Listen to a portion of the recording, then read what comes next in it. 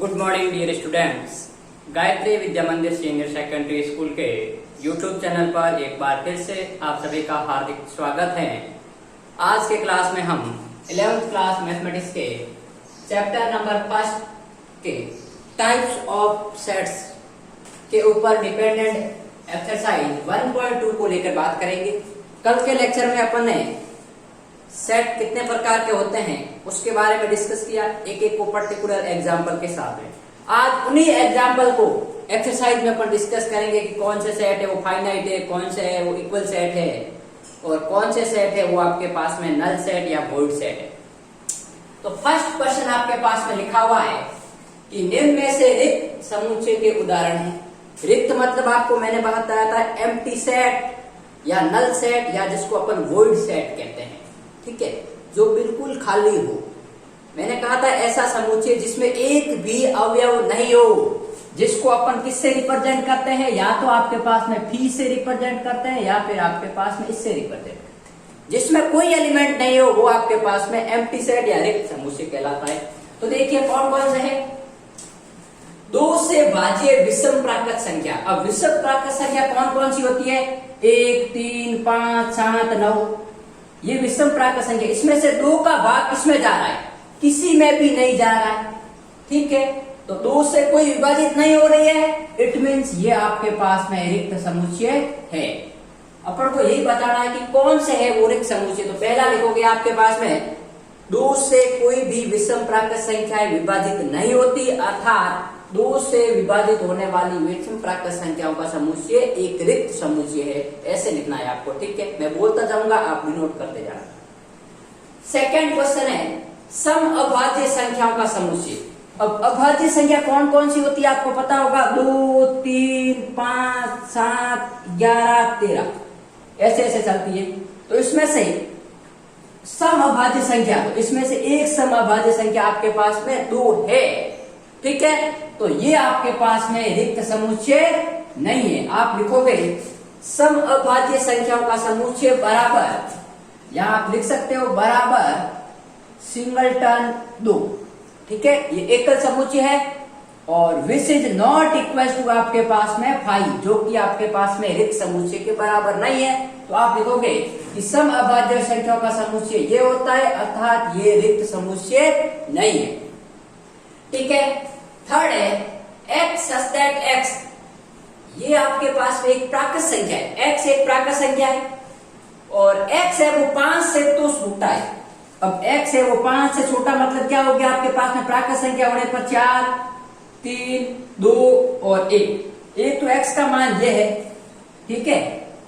अब आप कहोगे सर आपने 0 -1 क्यों नहीं लिया? क्योंकि भाई प्राकृत संख्या है और 7 से बड़ा, तो x का मान 7 से बड़ा 7, 8, 9, 10। अब मेरी बात बढ़ाओ, इसमें से x है वो प्राकृत संख्या जो 5 से छोटी और 7 से बड़ी, तो ऐसी आपके पास में कोई संख्या लाइट ही नहीं करती भाई। ऐसा कोई x हो सकता है जो 5 से तो बड़ा हो और 5 से छोटा हो और 7 से बड़ा? कोई नहीं हो सकता है। ऐसा हो सकता है यदि, इसका कहने का मतलब यह है कि x इज लेस देन 5 और ग्रेटर देन 7, तो ये तो रिक्त समुच्चय है। लेकिन यदि आपको ऐसा कह देता कि x है वो 5 से बड़ा है और 7 से छोटा है, तो x का मान क्या आता आपके पास में? 6 आता, जो कि एक प्राकृत संख्या है। ये तो इसके मध्य में आती, लेकिन इसने कह दिया 7 से बड़ा मतलब आपके पास में 8 है, 9 है, 10 है और 5 से छोटा मतलब 1, 2, 3, 4। इसमें से कॉमन एलिमेंट कोई है ही नहीं, तो ये आपके पास में दिया गया समुच्चय रिक्त समुच्चय है। फोर्थ है y such that y, किन्हीं भी 2 समांतर रेखाओं का उभयनिष्ठ बिंदु। अब मेरी बात सुनिए, कोई भी 2 समांतर रेखाएं ऐसे हो सकती है, ऐसे हो सकती है, ऐसे हो सकती है। अब इनका उभयनिष्ठ बिंदु क्या होता है? जो दोनों का कॉमन पॉइंट हो। जैसे ये 2 रेखाएं, उनका उभयनिष्ठ बिंदु ये है। लेकिन जब 2 समांतर रेखाएं होती है वो आपस में कभी भी प्रतिच्छेदित नहीं करती, कभी एक दूसरे को नहीं काटती, तो इनका उभयनिष्ठ बिंदु नहीं होता है। तो 2 समांतर रेखाओं का उभयनिष्ठ बिंदु नहीं होता है, अर्थात ये आपके पास में दिया गया समुच्चय रिक्त समुच्चय है। तो आपको बता दिया कि एक जो एग्जाम क्वेश्चन नंबर 2 था वो रिक्त समुच्चय नहीं है, बाकी सब आपके पास में कौन से है? एम्प्टी सेट है। बस आपको इतना ही बताना था, बाकी कुछ भी नहीं बताना, ठीक बात। अगला है परिमित व अपरिमित समुच्चयों को अलग अलग करना। इसमें से कौन से परिमित मतलब फाइनाइट सेट और कौन से इनफाइनाइट सेट है। तो फाइनाइट सेट का मतलब क्या है, जिसमें नंबर ऑफ एलिमेंट सर्टेन हो, निश्चित हो या परिमित हो, और जिसमें इनफाइनाइट नंबर ऑफ एलिमेंट है वो अपरिमित होते हैं। तो देखिए वर्ष के महीनों का संग्रह, तो वर्ष के महीनों का संग्रह यदि अपन यहाँ लिखे तो क्या आता है, जनवरी, फरवरी, मार्च, अप्रैल, मई, जून, जुलाई, अगस्त, सितंबर, अक्टूबर, नवंबर, दिसंबर। आपको ऐसा नहीं लिखना, आपको पूरा लेटर लिखना है। तो ये कितने हो गए, 12 महीने होते हैं। तो ये तो परिमित ही है आपके पास में, क्योंकि इसको अपन गणना कर सकते हैं। परिमित मतलब जिसको अपन काउंट कर सकते हैं। तो ये तो आपके पास में क्या हो गया, पहला सेट हो गया, वो परिमित हो गया, जिसको अपन इंग्लिश में बोलते हैं फाइनाइट। पहला सेट आपके पास में फाइनाइट सेट है। दूसरा 1 2 3 और आगे डैश डैश डैश है, इसका मतलब ये सीरीज चलती जा रही है और कहां तक जा रही है कोई पता नहीं है। ये नेचुरल नंबर है, वो इनफाइनाइट तक जाएंगे। तो ये आपके पास में क्या हो गए, अपरिमित हो गया। आगे 1 2 3 99 और 100 पे खत्म हो गया। मतलब ये 1 से लगाकर 100 तक क्या है, प्राकृत संख्या है, जिसको अपन गणना कर सकते हैं। तो ये आपके पास में क्या है, परिमित है, फाइनाइट है। ठीक बात। अब देखिए 100 से बड़े धन पूर्णांक होगा समुच्चय। अब 100 से बड़े धन पूर्णांक मतलब क्या हो गया, 101, 102, 103, 104। अब आप कहोगे कि आपने ऋण क्यों नहीं है, क्योंकि यहाँ धन लिखा हुआ है। और पूर्णांक का मतलब है कि 101, 102 ही होंगे, 20 की पॉइंट की संख्या नहीं आएगी। तो ये आपके पास में कहां तक जाएगा, इनफाइनाइट तक जाएगा। तो ये क्या हो गया आपके पास में, अपरिमित हो गया, इनफाइनाइट सेट हो गया। ठीक है, अपरिमित समुच्चय। और 99 से छोटे अभाज्य पूर्णांकों का समुच्चय। अब 99 से छोटे अभाज्य संख्या फिक्स है, आपको पता होगा अभाज्य संख्या कौन कौन सी होती है। 2 होता है, 3 होता है, 5 होता है, 7 होता है, 11 होता है, 13 होता है, 17 होता है। इसी प्रकार 99 तक आपको एक फाइनाइट सेट होगा। ठीक है। अब मान लीजिए आपके पास में लास्ट संख्या 97 आएगी, या आपके पास में जो भी 93 आएगी, कोई न कोई एक संख्या जरूर आएगी। तो वो आपके पास में एक संख्या यहाँ आएगी। तो ये आपके पास में क्या है, परिमित है। आप चाहो तो इनको देख सकते हो लिखकर, आपके पास में कौन कौन सी ऐसी संख्या है जिसमें स्वयं के अलावा भाग नहीं जाता हो। लेकिन उसको अपन 100 तक ही लेना है, 99 से छोटे। तो 99 को शामिल नहीं करना है, उससे छोटे अभाज्य संख्या। तो वो एक फाइनाइट सेट है जिसकी अपन गणना कर सकते हैं। तो इन 2 क्वेश्चन को उतारिए, फिर अपन नेक्स्ट क्वेश्चन की तरफ बढ़ते हैं।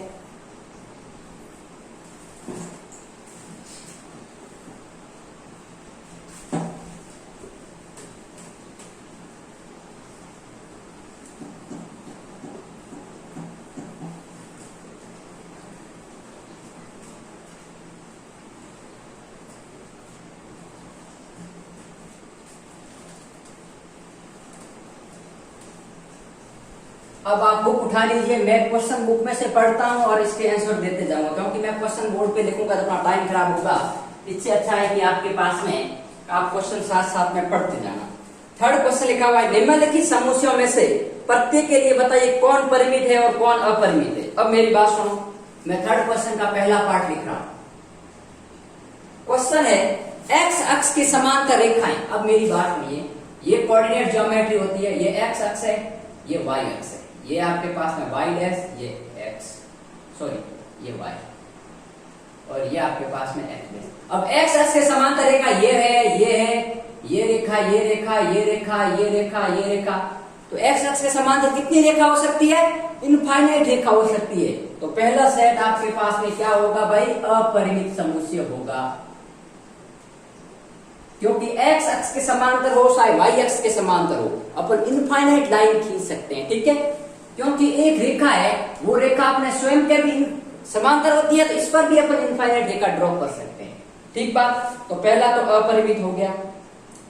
सेकंड क्वेश्चन है अंग्रेजी वर्णमाला के अक्षरों का समुच्चय। अब अंग्रेजी वर्णमाला मतलब इंग्लिश अल्फाबेट, और इंग्लिश अल्फाबेट में आपके पास में क्या होता है, ABC, और लास्ट में आपके पास में Z होता है। तो टोटल कितने अक्षर होते हैं भाई आपके पास में, 26 अक्षर होते हैं। तो ये क्या है, गणना है ना, तो अपन इसको क्या कहेंगे, परिमित समुच्चय कहेंगे। क्या कहेंगे, अंग्रेजी वर्णमाला के जो अक्षरों का समुच्चय है वो फाइनाइट है।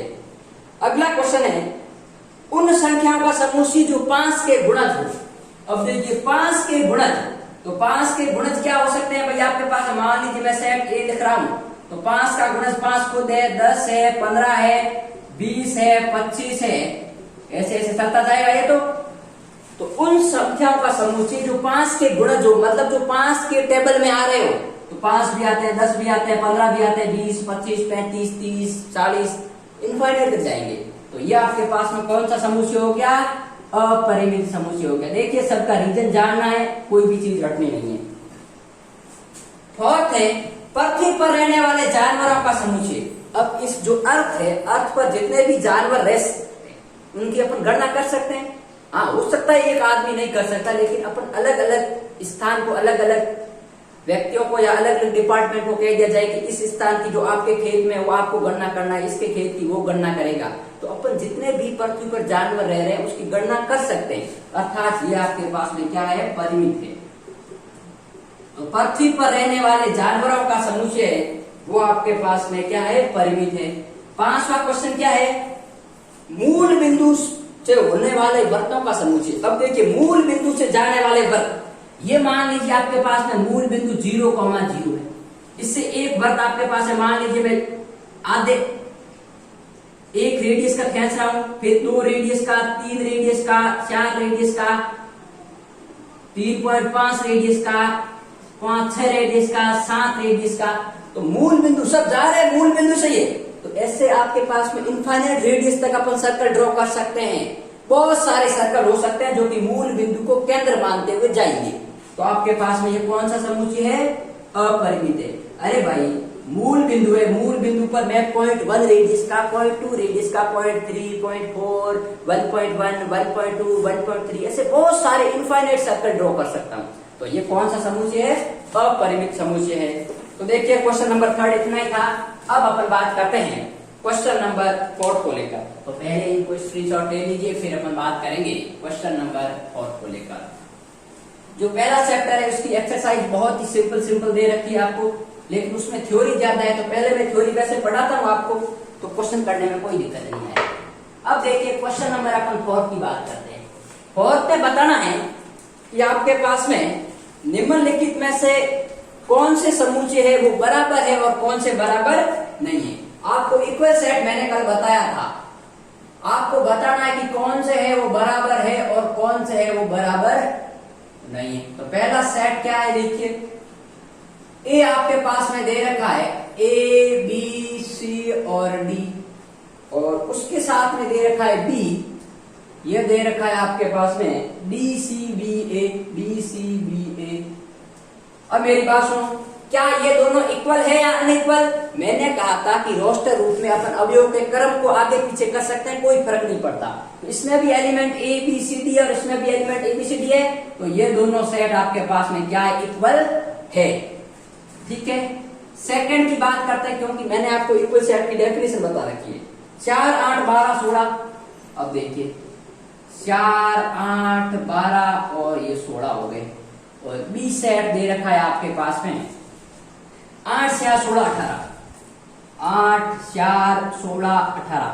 पहले आपको ध्यान रखना है कि इक्वल सेट कहते हैं, इक्वल सेट उन दो सेट को कहते हैं जिसमें उसके एलिमेंट एग्जैक्ट बराबर हो, नंबर ऑफ एलिमेंट और एलिमेंट खुद बराबर होना चाहिए। तो अब इसमें 4, इसमें भी 4 है, 8 तो 8 है, 12 इसमें 12 नहीं है, 16 है, लेकिन इसमें 12 की जगह आपके पास में क्या आ गया, 18 आ गया। तो ये ए है वो बी के बराबर नहीं है। क्यों नहीं है, क्योंकि इसमें 12 इसमें नहीं है और 18 इसमें नहीं है। तो दो एलिमेंट बराबर कब होते हैं, जब उसमें एलिमेंट एग्जैक्ट बराबर हो। ठीक है, अब मैं क्वेश्चन नंबर लिखता हूं 3rd। 2, 4, 6, 8, 10। ए बराबर 2, 4, 6, 8 और 10, और सेट बी बराबर आपको दे रखा है x such that x सम धन पूर्णांक है, x such that x एक सम धन पूर्णांक है और x is less than equal to 10। अब मेरे पास में सम का मतलब आपके पास में क्या है, 2 4 6 -2 -4, और धन का मतलब है कि पॉजिटिव लेना है। इसका इंटरवल क्या होगा आपके पास में, 2 4 6 8 10। अब 10 तक ही जाना है क्योंकि x इज लेस देन या इक्वल टू, या तो 10 से छोटा है या 10 के बराबर है, तो दोनों सेट आपके पास में इक्वल है, तो अपन कह सकते हैं कि a बराबर b। अब मैं इसका फोर्थ पार्ट लेता हूं, मैं एक एक क्वेश्चन करवा रहा हूं, देखिए आपको x सच दैट x संख्या 10 का गुणज है। अब ए सेट में लिखा हुआ है कि x सच दैट x एक 10 का गुणज है। अब 10 का गुणज का मतलब क्या हो सकता है भाई, 10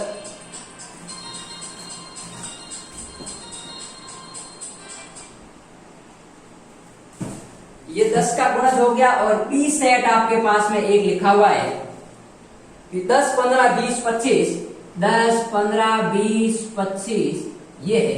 तो मेरी बात सुनो, 10 का गुणज क्या होता है, 10 होता है, 20 होता है, 30 होता है, 40 होता है, 50 होता है, ऐसा चलता जाएगा। लेकिन यहाँ पर 15 आ रहे हैं, 15 इसमें नहीं है, तो दोनों सेट है वो आपके पास में इक्वल नहीं है। तो ये इसको आप उतार लीजिए, ये आपके पास में क्वेश्चन नंबर हो गया 4। अब क्वेश्चन नंबर 5 और 6 है वो अपन डिस्कस करते हैं, पहले इसका स्क्रीनशॉट ले लीजिए आप।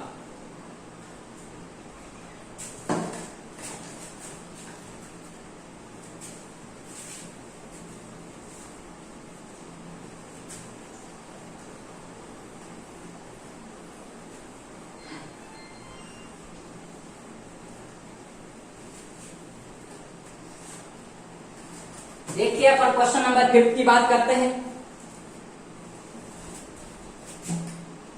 उसमें भी अपन को यही बताना है कि इसमें से आपके पास में जो दो युग्म दे रखे हैं उसमें से कौन से बराबर है और कौन से बराबर नहीं है।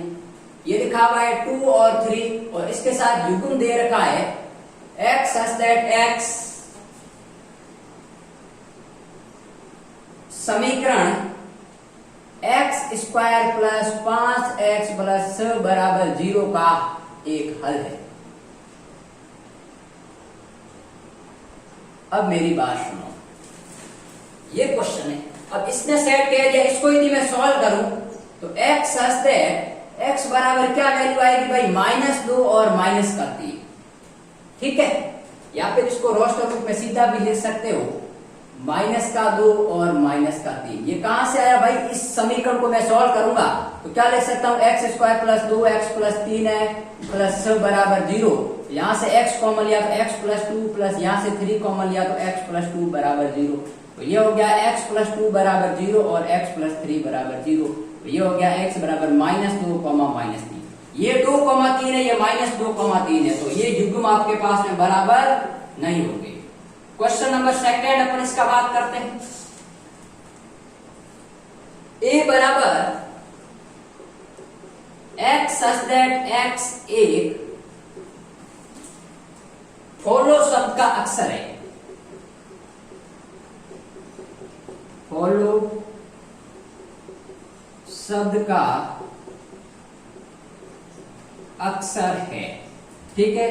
और b बराबर आपको क्या दे रखा है, x सच दैट x एक वुल्फ शब्द का अक्षर है, वुल्फ शब्द का अक्षर है। अब बराबर करने के लिए अपन को रोस्टर फॉर्म में बनाना पड़ेगा, तो a का रोस्टर फॉर्म क्या पड़ेगा भाई, f आ गया, o आ गया, l आ गया। l दो बार, एक बार लिखेंगे, मैंने कहा था रिपीटेशन की कोई मतलब नहीं है। o दो बार आ गया, w, ठीक है। b बराबर क्या आ रहा है, वुल्फ, w o l और f। अब है क्या, एक्चुअली f यहाँ है तो यहाँ पर भी है, o यहाँ है तो यहाँ पर भी है, l है तो l है, w है तो w है। चारों एलिमेंट एग्जैक्ट बराबर है, अर्थात मैं कह सकता हूं कि a सेट है वो b के बराबर है और इसमें बराबर नहीं है। तो अब अपना रहा है एक लास्ट क्वेश्चन जिसको मैं यहाँ डिस्कस कर रहा हूं, क्वेश्चन नंबर 6। निम्नलिखित दिए गए समूचे में से समान समूचों को अपन को सिलेक्ट करना है, जो इक्वल सेट है उसको सेलेक्ट करना है। तो एक सेट दे रखा है आपके पास में a बराबर 2 4 8 12, 2 4 8 और 12। b दे रखा है आपके पास में